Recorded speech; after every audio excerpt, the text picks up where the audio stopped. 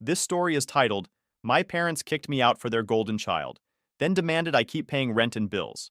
So I made them regret it, and now they want my help so bad. Hey everyone, before we jump into today's video, I need your help. We've noticed the channel is losing some traction, and subscribing is one of the best ways you can support us. It's quick, free, and it helps us keep bringing you awesome content. Your support means the world. Let's keep this channel growing together. Thanks so much. Now let's start the video. This happened over the course of several years, and using fake names disclaimer. I, 32 male, always knew I was the backup son in my family. You know how some parents pretend they love all their kids equally? Mine didn't even try to hide their favoritism. My brother Alex was their pride and joy. Me, I was just there. Growing up in our middle-class neighborhood in Minneapolis, my mom would literally beam whenever Alex walked into a room. She'd corner random people at church or the grocery store to brag about Alex's latest accomplishment, while I stood there like a damn shadow. When he left for college at Northwestern, she was depressed for months. Not exaggerating, she called him every single day like she was going through withdrawal or something. It was honestly pathetic to watch. It wasn't that they hated me, I just wasn't Alex. He was loud and played football and got all the attention with his charismatic personality, aka being an obnoxious loudmouth. I was more reserved but still athletic. I wrestled in high school and even placed at state twice, but somehow my trophies ended up in the basement, while Alex's participation ribbons from elementary school football got prime display space in the living room. I'm not even joking. This dude had a most improved certificate from 4th grade football hanging in the hallway until I moved out. I figured out pretty early that no matter what I achieved, I'd never measure up to St. Alex in their eyes. Even when I graduated with honors in business management and landed a solid job at a medical equipment distribution company, my mom's response was, "That's nice, honey. Did you hear Alex might be up for promotion at his marketing firm?" Mind you, Alex had been up for promotion about 5 times already, and somehow never got it. Probably because he spent more time networking at bars than actually working. But my parents would never acknowledge that. The worst part? I accepted it. I thought that's just how families worked. Someone gets to be the golden child, and someone has to be the spare. Guess which role I got stuck with. When I was 23 and had been working for about a year after college, my parents dropped what they thought was good news. They were retiring. Mom had been bouncing between random part-time jobs at clothing stores for years, and Dad was done being an insurance adjuster. Their brilliant plan? I'd move back home to help out until Alex had kids, then they'd move to Colorado to be near him. Fast forward 5 years. Alex still hadn't produced the grandkids they were desperate for. Actually, he was struggling big time. Him and his wife Megan could barely pay their bills in Denver. The last time I saw him was 2 Christmases ago, where he spent the entire weekend bitching about his condo, his boss, and basically his entire life while wearing designer clothes he couldn't afford.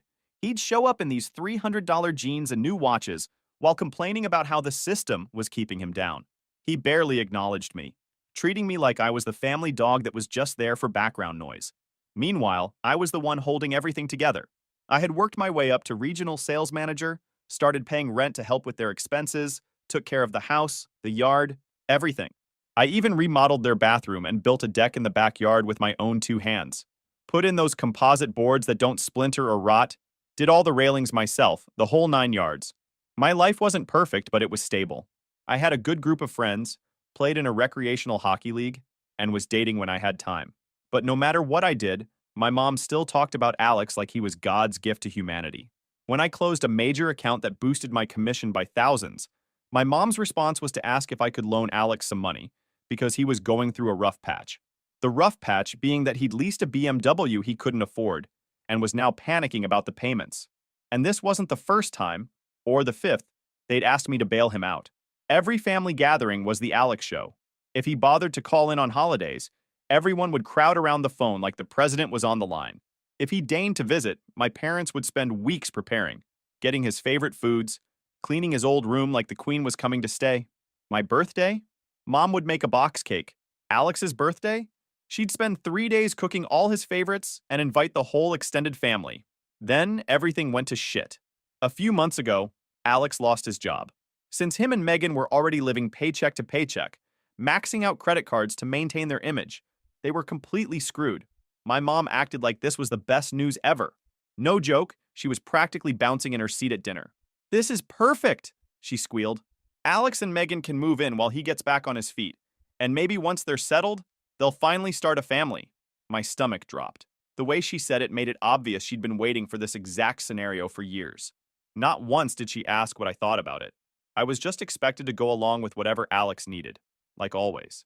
I remember staring at my plate, pushing around the mashed potatoes and thinking, here we go again. Alex fucks up and everyone bends over backward to accommodate him. It got worse. A few nights later, they sat me down for a family meeting. They wanted me to move out. There just wasn't enough room for everyone, Mom said with this fake sweet voice. Besides, it's time for you to focus on finding a wife and starting your own family. But here's the kicker. They still expected me to keep paying rent even after I left. I just sat there, feeling like I'd been sucker punched. For 5 freaking years, I'd put my life on hold to help them. I'd been the responsible one while Alex lived his life hundreds of miles away. And now they were kicking me out so Golden Boy and his wife could take my place?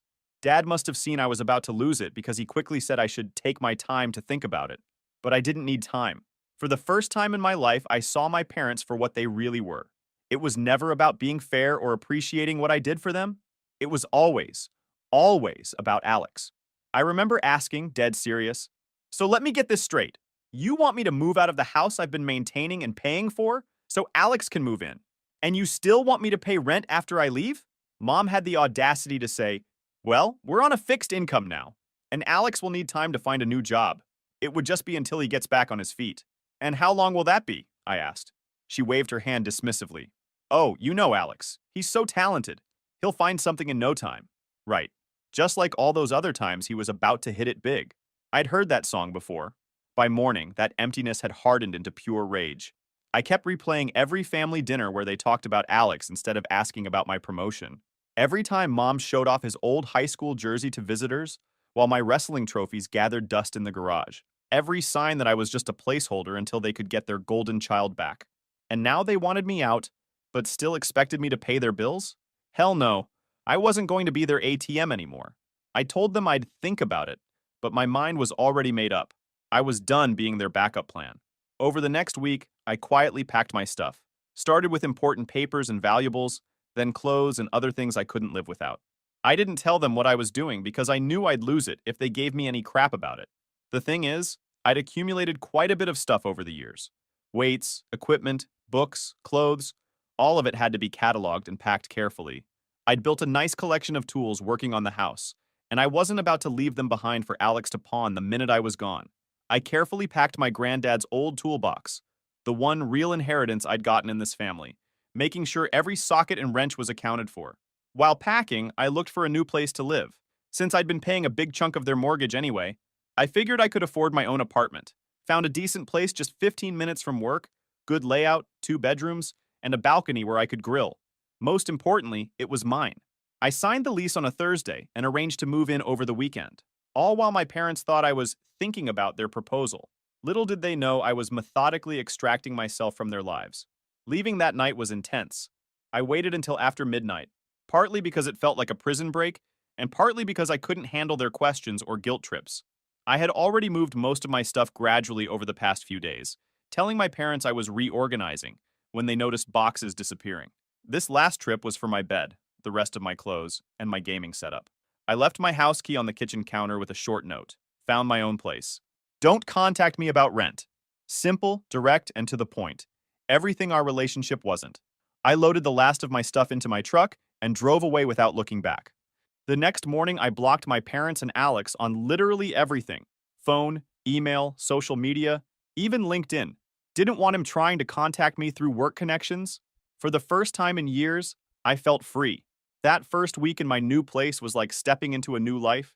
I could leave my gym bag on the couch without Mom complaining. I could come and go without explaining myself. I even started meal prepping properly and got back on my workout schedule without interruptions. I set up my weight bench in the second bedroom, got all my protein and supplements organized in the kitchen, and for once didn't have to explain to anyone why I needed so much chicken breast in the fridge. But of course, the peace didn't last. About 3 weeks after I moved out, I got a call from an unknown number.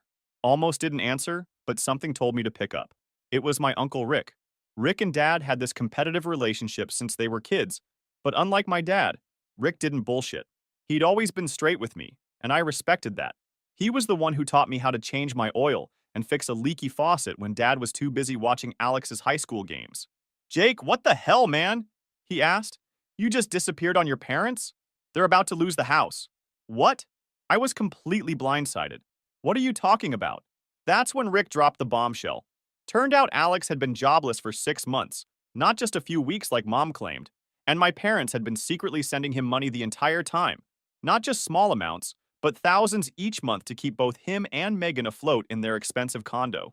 To make it worse, they'd taken out a second mortgage on the house without telling me. I could barely process what I was hearing. So let me get this straight, I said, my knuckles white as I gripped the phone. They borrowed against the house without telling me, then expected me to keep covering their mortgage while they kept bailing out Alex and Megan? That's exactly right, Rick confirmed. And now they're panicking because they might lose the house if they miss more payments. You need to step up and fix this, Jake. I laughed, actually laughed. Fix it? Why is that my responsibility? They're your parents, Jake, Rick snapped. Family takes care of each other. Really? Where was Alex when they needed help? He's been bleeding them dry for years, while I've been the one keeping the roof over their heads. Rick went quiet. He knew I was right. Look, Rick, I appreciate you calling, but this isn't my problem. They chose Alex, like they always do. Now they can deal with the consequences. After I hung up, I sat there in shock, the truth sinking in like a stone. All those times they said they were a little tight this month, or asked if I could chip in extra for utilities. It wasn't because their retirement wasn't stretching far enough. It was because they were funneling money to Alex behind my back. While I was working overtime to help them make ends meet, they were enabling Alex's irresponsible lifestyle. The betrayal cut deep, really fucking deep. For days, I tried to process everything. The more I thought about it, the more betrayed and played I felt. I'd unknowingly been helping Alex and Megan stay afloat in their pretentious lifestyle while my parents funneled my rent money to them. And now, after digging this hole, they expected me to jump in and pull them out? This wasn't my problem. But then I started thinking about the house itself. I'd grown up there, put a lot of work into it, and a small part of me didn't want to see my parents lose it, even if our relationship was in the toilet. I'd spent weekends repairing the roof, replacing old wiring, fixing the plumbing, sweat equity that would all go down the drain if the bank foreclosed. Plus, if I was going to keep paying for something, I wanted it to actually benefit me, not just feed Alex's sense of entitlement. So I made them an offer. When I showed up at the house, Mom looked like she hadn't slept in days. Dad barely looked at me as he let me in. I wasn't surprised to see Alex and Megan sitting there too. Alex had that smug look on his face, like he'd already won some game I didn't know we were playing. He'd gained weight and was wearing a flashy watch that probably cost more than a month's rent. Typical Alex. Broke as hell, but still had to keep up appearances. I know about the second mortgage, I said right away, standing with my arms crossed, watching their faces. Mom's hopeful expression immediately changed to guilt. Alex just frowned, looking confused. Rick told me everything, I added. Mom sighed. Rick needs to mind his own business. Maybe, but I'm glad he didn't. Otherwise, I'd still have no idea you were using my money to pay for Alex's expenses. Dad started to interrupt, but I held up my hand. Let me finish. I'm not here to fight or rehash the past. I have a solution that benefits all of us. I laid out my proposal. I would take over the house completely. In my name, handling the mortgage legally. No bullshit promises about someday. A real official transfer. They could continue living there, but only if Alex and Megan paid their fair share of rent. At least what I'd been paying since I was 23. Mom hesitated. This is our family home. We're not just going to sign it over to you like it means nothing. It's not nothing, I replied, keeping my voice steady. It's your chance to keep the house instead of losing it completely. Right now, the bank owns more of it than you do. If you keep missing payments, they'll take it back. This is your best shot at staying. Of course, Alex had to jump in. You can't just walk in and take something that doesn't belong to you. This is supposed to be my inheritance, he said, his voice getting louder with each word. You've always been jealous of me, trying to one-up me. Now you're using Mom and Dad's situation to steal what should be mine. I laughed right in his face. Your inheritance, Alex? You've barely set foot in this house in 10 years. Meanwhile, I've been here looking after Mom and Dad and paying the bills while you've been living your life 3 states away and bleeding them dry. His face turned red, but he didn't have a comeback. Just started sputtering about how I didn't understand his situation and how the job market was tough right now. Rich, coming from a guy who'd had 5 different jobs in the last 3 years, none of which he'd kept for more than 6 months. I'm not trying to steal anything, I continued, my voice calm but firm. But I'm also not going to keep throwing money into a sinking ship without anything in return. If you want to stay, you need to contribute. If not, that's fine. But I'm not paying for you to live here for free while I struggle on my own. The room went silent. Finally, Dad spoke. We'll think about it. I nodded. Take all the time you need. But remember, the bank won't wait. You're already months behind on payments. This is the only way you'll get my help. As I turned to leave, Alex couldn't help getting in one last dig. This is bullshit, he muttered. You've always been trying to prove you're better than me. I just smiled. I don't have to try, Alex. I just have to show up. The look on his face was priceless. I think that was the first time in our lives I'd actually stood up to him directly. Mom gasped like I'd slapped someone, and Dad just looked at the floor. But it felt good. Damn good. To finally say what I'd been thinking all these years. For a week, I didn't hear anything. I figured they were still arguing about it. Or more likely, Alex was trying to convince them to hold out for a better deal, or find some other sucker to bail them out. Probably thought if they ignored me long enough, I'd cave and just give them money with no strings attached.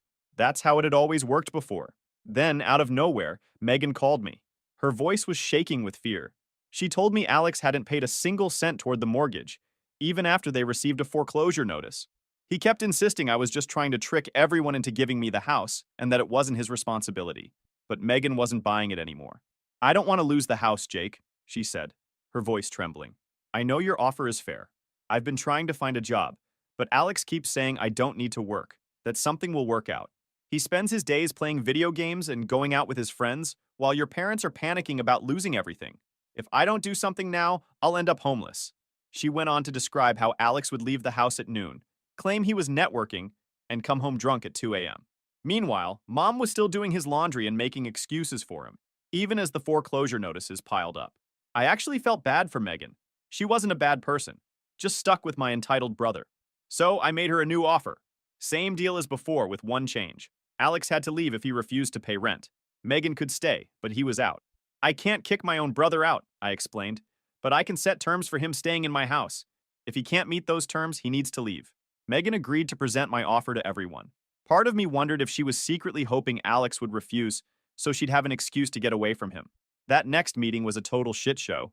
As soon as I brought up rent, Alex completely lost his mind. Jumped up from his chair, knocked over a coffee mug, and started screaming every insult he could think of, calling me a greedy bastard and saying I was manipulating everyone.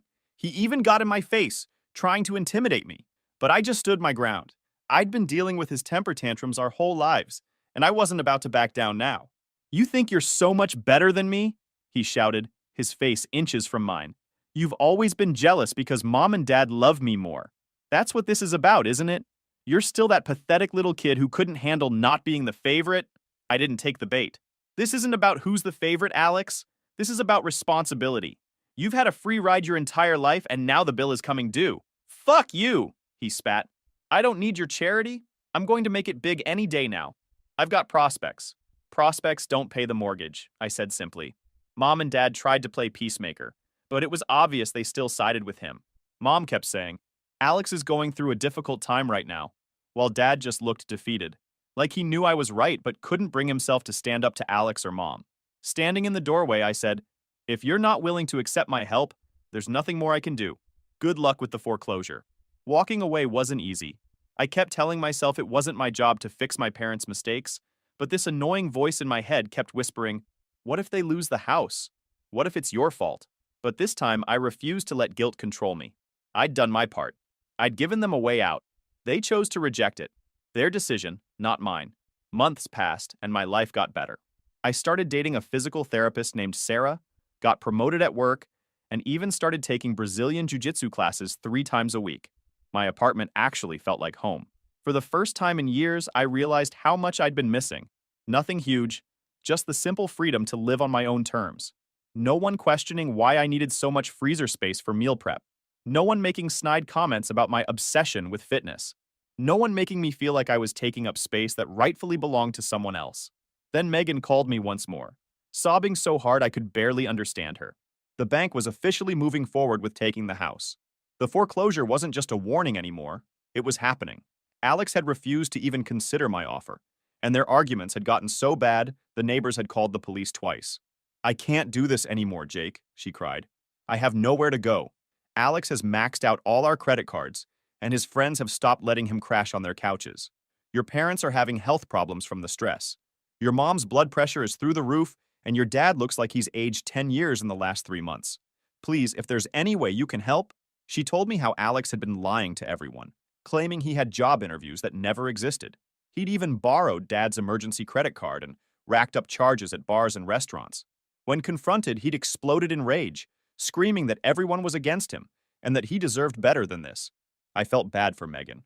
My parents and Alex had created this disaster, not her. I decided to give it one last shot, but this time there was no room for negotiation. I would buy the house completely, but the title had to be transferred to my name immediately. Alex, Megan, and my parents could stay, but Alex would have to pay rent. If he refused, he had to move out. And I made it crystal clear I wasn't covering any of Alex's other expenses. "This is my final offer," I told Megan. "They can take it or leave it, but I'm not budging." To my surprise, my parents finally agreed. Guess their fear of losing the house was stronger than their need to protect Alex's ego. Even Alex didn't fight as much this time, though his face made it obvious he was seething. The day we signed the papers, transferring the house to my name, was surreal. Mom kept dabbing at her eyes with a tissue, like she was signing away a child rather than a house. Dad just looked defeated, shoulders slumped, signing where the lawyer pointed without even reading the documents. Alex wasn't there. Couldn't be bothered to show up for something this important. Typical. Just like that, I became the owner of the house I grew up in.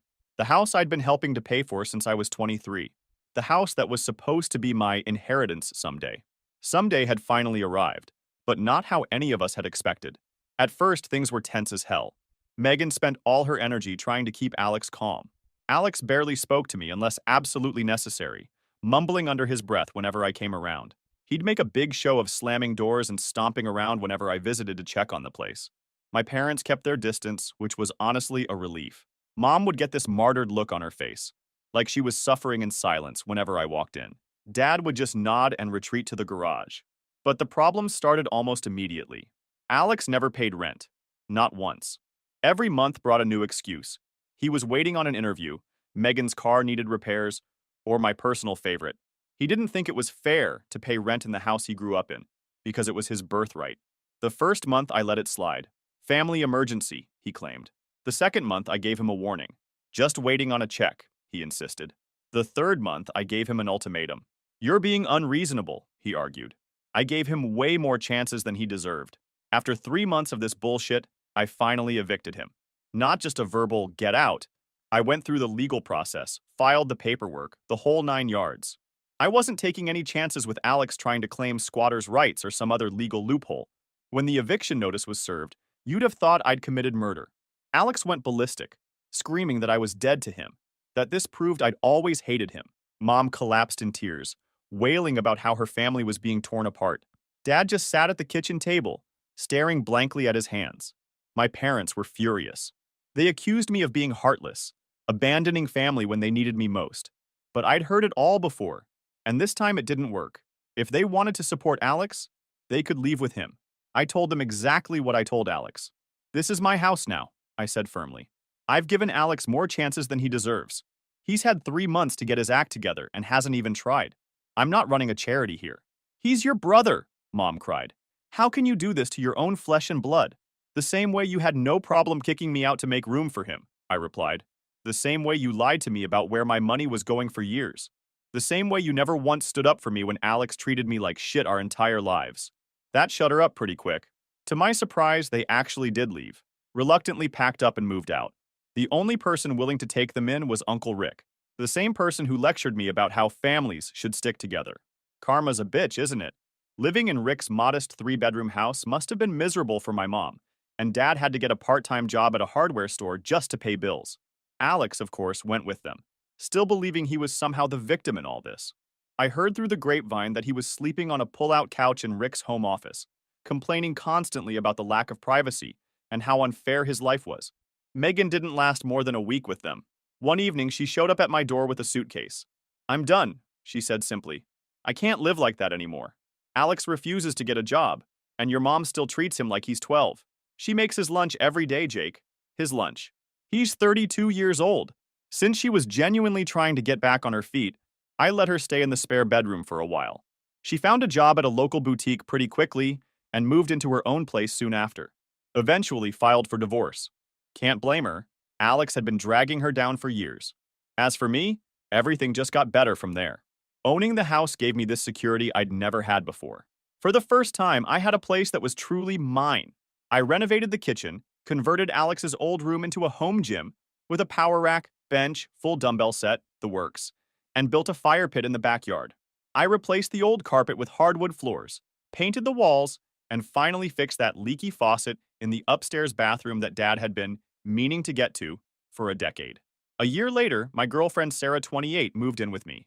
We got married in a small ceremony that I didn't invite my parents or Alex to. We've been killing it ever since. She opened her own physical therapy practice, and I started my own medical equipment distributorship after learning the industry inside out. Then, about 6 months ago, the karma hit. I was leaving the gym when my phone rang. Another unknown number. It was my dad. "Jake," he said, his voice barely above a whisper. "I know we haven't talked in a long time, but we need help." Turns out Rick had finally had enough of their drama and Alex's refusal to contribute anything. He'd given them 30 days to find somewhere else to live. Mom had been diagnosed with high blood pressure from the stress, and Dad's part-time job barely covered their medications. "What about Alex?" I asked. "Where's he in all this?" Dad sighed. He moved to Florida with some friends.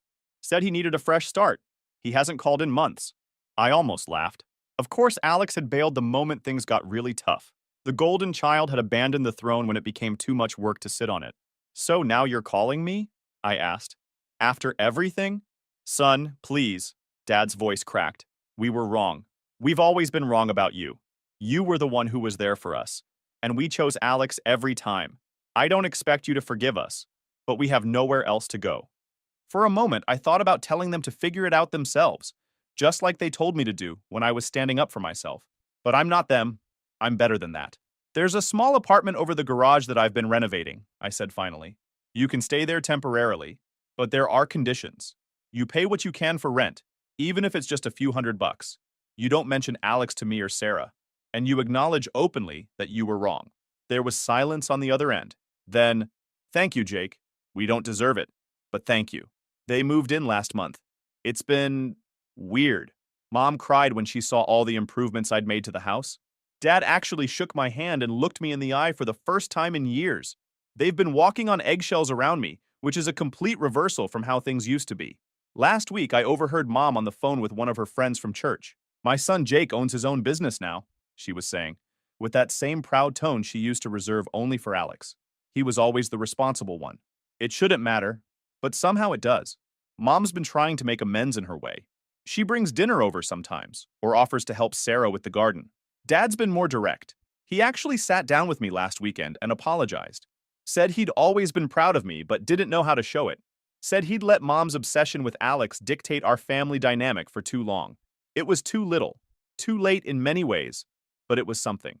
As for Alex, last I heard, he got fired from his bartending job in Miami and was asking Mom for money again. She told him she couldn't help him anymore. Baby steps, I guess. 2 weeks ago, I got an email from Alex. Just one line. "I hope you're happy now that you've turned everyone against me." I didn't respond. There was nothing left to say. Sometimes I wonder if I was too harsh with them, but then I remember all those years I spent as the afterthought, the backup plan, the safety net. I refused to keep being the responsible one while getting nothing in return. The house that was supposed to be Alex's inheritance? It's where my kid will be growing up soon. Sarah's pregnant with our first, a boy. And trust me, if we have more children later, they'll all be treated equally. Edit update, holy shit, this blew up overnight. Thanks for all the awards and support. A lot of you have asked for updates about Alex, so here's the latest. He's back in Minnesota now, living in some shitty apartment and working at a cell phone store. Still calls Mom regularly asking for loans that everyone knows will never be repaid. Last week he had the balls to message Sarah on Facebook, trying to get her to talk some sense into me about family obligations. She blocked him immediately. Dad's actually been stepping up more lately. He's fixing up the apartment above the garage, making it more comfortable for them. Mom's still mom, still makes excuses for Alex, still gets that martyred look sometimes, but she's making an effort with Sarah, which I appreciate. As for me, business is booming, Sarah's pregnancy is going well, and I'm sleeping just fine at night, knowing I finally stood up for myself. Some of you called me an asshole for how I handled things, and maybe I was. But after 30+ years of being the family doormat, I'm okay with that. Edit 2. For those wondering about Megan, she's doing great. got her own place, started taking classes at community college, and is dating a decent guy who actually has a job. We still grab coffee occasionally. She's actually becoming friends with Sarah, which is a plot twist I didn't see coming. And yes, I did change all the names in this story. Not that Alex would ever read anything longer than a tweet, but better safe than sorry.